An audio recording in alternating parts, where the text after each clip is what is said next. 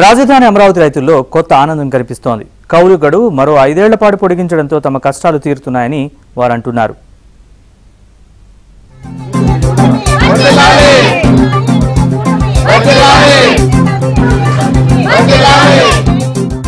గడిచిన 5 ఏళ్ల కాలంలో రాజధాని అమరావతి రైతులు అష్ట కష్టాలు పడ్డారు.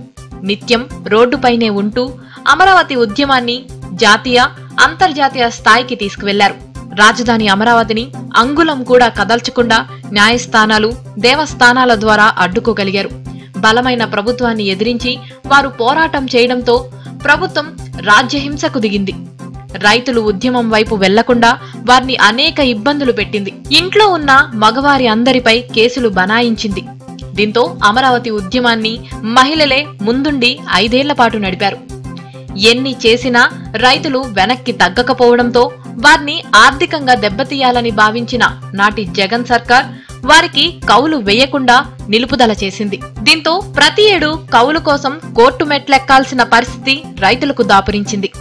దీంతో పాటు గడిచిన 2 ఏళ్ల కౌలును కోర్టు ఆదేశాలు ఉన్నా జగన్ సర్కార్ వేయకపోవడంతో చివరకు రైతులు తమ పిల్లల స్కూల్ ఫీజులతో పాటు రోజు గడవడానికి కూడా ఇబ్బంది పడాల్సి వచ్చింది. ఇప్పుడు చంద్రబాబు సర్కార్ కీలక నిర్ణయం తీసుకుంది. అమరావతి రైతులకు ప్రభుత్వం ఇచ్చే వార్షిక కౌలుతో పాటు అమరావతి కూలీలకు ఇచ్చే పెన్షన్ను కూడా 5 ఏళ్లు పొడిగిస్తూ నిర్ణయం తీసుకుంది. దీంతో ఈ నిర్ణయం పట్ల రాజధాని రైతులు హర్షం వ్యక్తం చేశారు.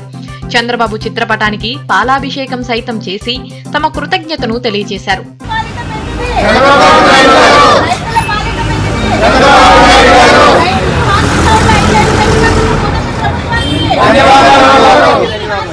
ఈరోజు అమరావతి రైతులకు వార్షిక కౌలుని, అదేవిధంగా రైతు కూలీలకి పెన్షన్ ఒక 5 సంవత్సరాలకి పెంపొందించినందుకు ఎన్డీఏ కూటమి ప్రభుత్వానికి ముందుగా మరీ ముఖ్యంగా నారా చంద్రబాబు నాయుడు గారికి హృదయపూర్వక ధన్యవాదాలు తెలియజేస్తున్నాము.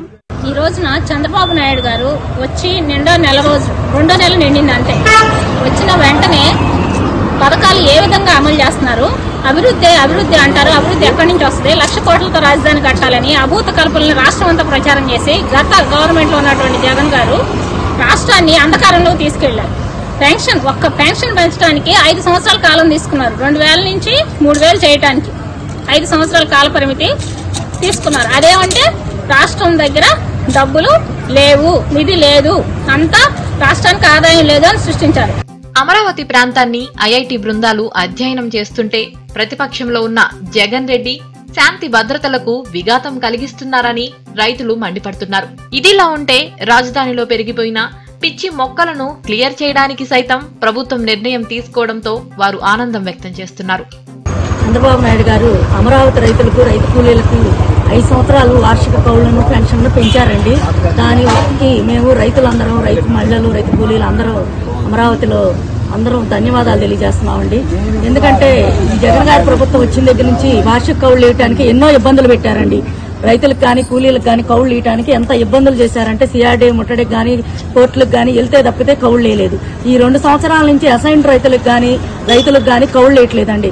రాజధాని రైతులకి, అదేవిధంగా రాజధానిలో ఉన్నటువంటి రైతు కూలీలకి 5 సంవత్సరాల పాటు రైతు కూలీలకు పెన్షను, రైతులకి 5 సంవత్సరాల పాటు వార్షిక కౌలు పెంచినందుకు అమరావతి సృష్టికర్త శ్రీ నారా చంద్రబాబు నాయుడు గారికి రైతులందరి తరఫున హృదయపూర్వక పాదాభివందనాలు తెలియజేస్తూ వారి చిత్రపటానికి ఈరోజు తుళ్లూరు గ్రామంలోని దీక్షా శిబిరం వద్ద రైతులు, మహిళలు, రైతు కూలీలు అందరూ కలిసి మరి పెద్ద సంఖ్యలో పాల్గొని పాలాభిషేకం చేయడం జరిగింది.